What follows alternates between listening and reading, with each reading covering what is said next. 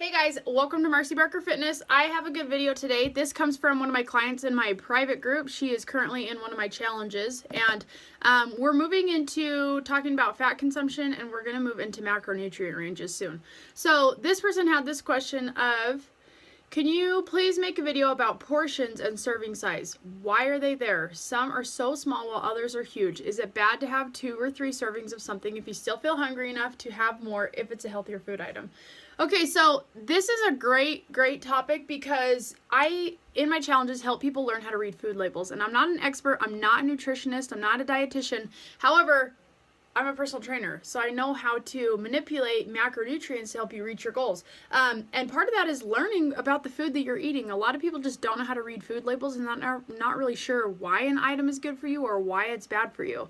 So if you guys watch this video and you find it helpful, please share it with somebody who could use a little bit more education on food labels. So this question is good, and I did a little bit of research because I know the FDA is coming out with new guidelines based on serving sizes and sugar consumption. So you have the USDA, which is the United States Department of Agriculture, and then you have the FDA, which is the Food and Drug Administration, and they play heavily on what food companies can do or how they label their products. But still, there's a ton of loopholes on the way that food companies advertise items to you, telling you if they're healthy or not.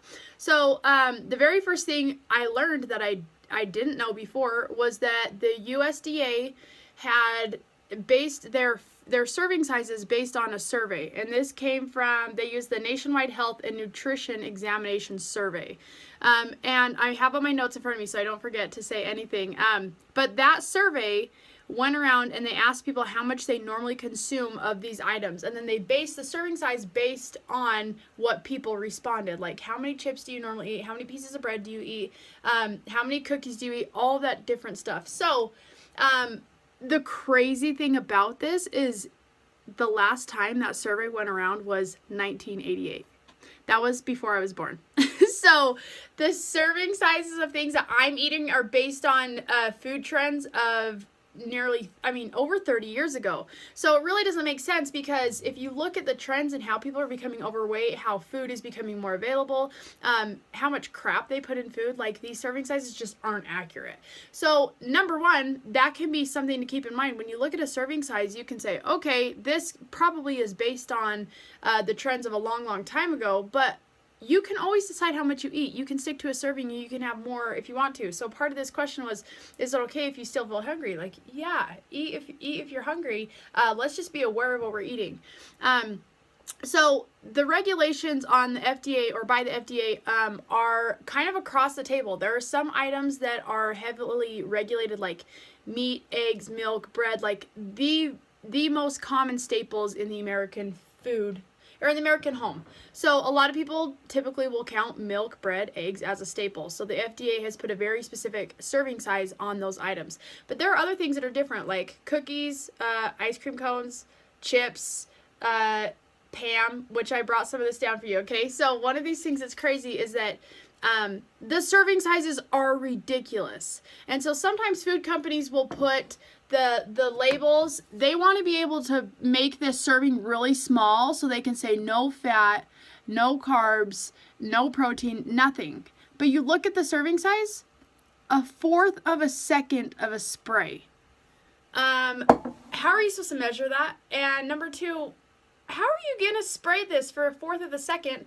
Also, think about where you use this. I use this in my pans. Obviously, I have a really nice non-stick pan, but not all my pans are like that, so I do use a cooking spray. However, you think I can cover the entire surface of the pan with 1/4 of a second of a spray? Like, no, that's ridiculous. So things like this are going to be updated. So the FDA recognizes that people can't possibly spray for 0.25 seconds.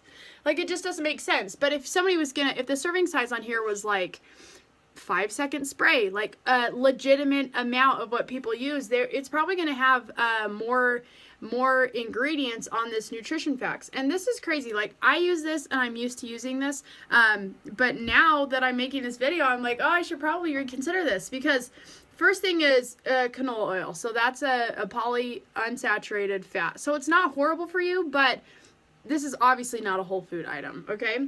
And then lecithin, or lecithin, as some people say it, from soybeans. So most of the soybeans in the world are GMO. So it's like, it's just little things. I'm not going to die from having this, but I still want to be aware. Like, if this said a 5-second spray and then I knew there was a ton more crap in it, like, I would think twice about doing it.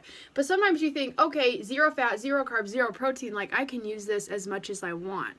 So, things like that are going to be updated. So from my research, I found out that the food trends have made a difference. So serving sizes are changing based on trends now. It's just not across the board yet.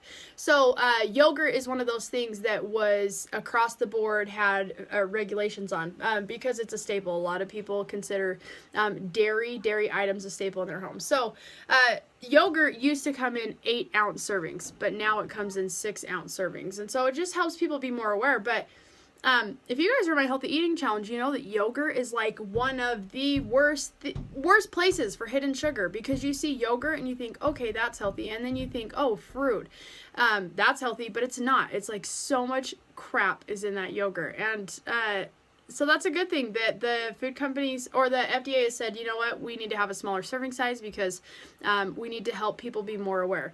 Another thing that is interesting, like these are Triscuits, okay? I love these. I eat these almost daily, and you're not going to find a more whole cracker. The ingredients to these are whole grain wheat, vegetable oil, and sea salt. So this is also 100% whole grain. So it's not, I mean, it's like legit from the ground. It's not processed. It hasn't had anything removed. It's whole grain with a little bit of salt and oil. So I eat a lot of these, but you guys want to take a guess at what the serving size is? 6 crackers. How much you guys want to bet I eat more than that? Because I do. I don't stick to 6 crackers, but this is a good option, and I'm not one of those low carb people. I don't really preach low carb. So that's going to be a great option. I'm obviously going to eat more than what the serving size says. So one more thing is that the packaging, the FDA is saying we need to update our food labels to make people more aware. As I was doing this research, I was thinking, yes, that's good. However, if you were to look right now at a package of Oreos, a serving size is 3 cookies. Okay, we all know none of us eat just 3 Oreos. So if the FDA was going to say, hey, you guys need to update that because most people eat like 8 Oreos. Well, if that was going to be updated and now it says a serving size is 8, there will be people who know nothing about nutrition, nothing about how to fuel their body correctly, and they think a serving is healthy. It's not. It's not going to be healthy. There's going to be trans fat in there, and there's going to be unhealthy amounts of fat and carbs, and it will probably be labeled as a high protein snack now because of whatever they want to add in there. So the serving sizes can be very misleading, and one of those things in America is that, you know, food companies aren't on our side. Like they will make crazy claims up and down just to make some money, and that's what's happening. So I think there are some guidelines that are good, that are helping us, but at the same time, I'm going to keep preaching what I preach, living a healthy lifestyle and being aware of what you're putting in your body without going crazy. You don't have to cut, like I'm not going to say don't eat this, because everybody's at a different point in their life and everybody has to make the choice of where they want to improve. And this is another reason I have a degree in public education, in physical education and health, and I can't use it in public schools because this kind of information is completely skewed. And if you want to teach differently, then sometimes you're not meeting the curriculum, and it doesn't even make sense. It's so sad. So I am helping people as a personal trainer to become aware of their bodies, to be happy and healthy at a pace that's right for them. So one last thing, I can make a whole nother video on this, is that the Nutrition Facts Panel is going to be updated though. So a lot of these guidelines are in place, but the deadline to get it done is not till July 26th of 2018. And I remember that date because it's my birthday. And this video will go on YouTube, and this video will probably be outdated one day. And hopefully everything will be done. But there are also food companies who are exempt from getting it done by that date because there's a loophole that says, oh, if you don't make $10 million, then you don't have to do it for another year. So food labels are good and bad. But the best thing I can tell you is just to be aware of how you're feeling. If you are making healthy choices and you want to eat more, like, you're going to trust yourself to make the good decisions. So, I hope this was beneficial to you guys. If you have more follow-up questions, I'd love to dive deep further into this topic, because I think it is important. So many people are just deceived when it comes to food labels, and they don't know what's going on. And a lot of people come to me as a trainer and say, I'm eating healthy, but I'm not losing weight. And I'm like, let's look at what you think is healthy, and there's always something to learn. Always. Like, even I have more to learn. Like, this is crazy. Sometimes you have to reevaluate what you think is healthy and reevaluate your serving sizes. It's just like the ice cream. You know, the ice cream serving, it used to be a fourth of a cup, and then it went up to half of a cup. And now if you look at most ice cream, it says that a serving is 2/3 of a cup. And you don't have to eat that if you don't want to. And most people don't eat the serving size. But just be aware of what you're doing. Don't feel guilty about your choices. Just knowledge applied as power. And when you make choices that make you feel good, you're going to be more in tune with your body. You're going to love yourself. And you're not going to have those guilt trips of, I ate that crap, and I know I shouldn't have eaten that crap, and I had 10 Oreos. I had 3 servings. And you just have to make your choices. You have to be aware and then love yourself and just know that you're working in the right direction. So thank you for this question. I think it's something that needs to be talked about more, especially nowadays with kids and what is out there and what's easy and what's available and what you're really feeding your body. So you guys, please like and subscribe. And I want you to comment with a food item that you're surprised by the serving size. Another one is Gatorade. Like, people think, oh, I can just drink all this Gatorade, and there's 2.5 servings in Gatorade and Powerade, and people just don't realize that they're just upping the sugar intake when they don't always need it.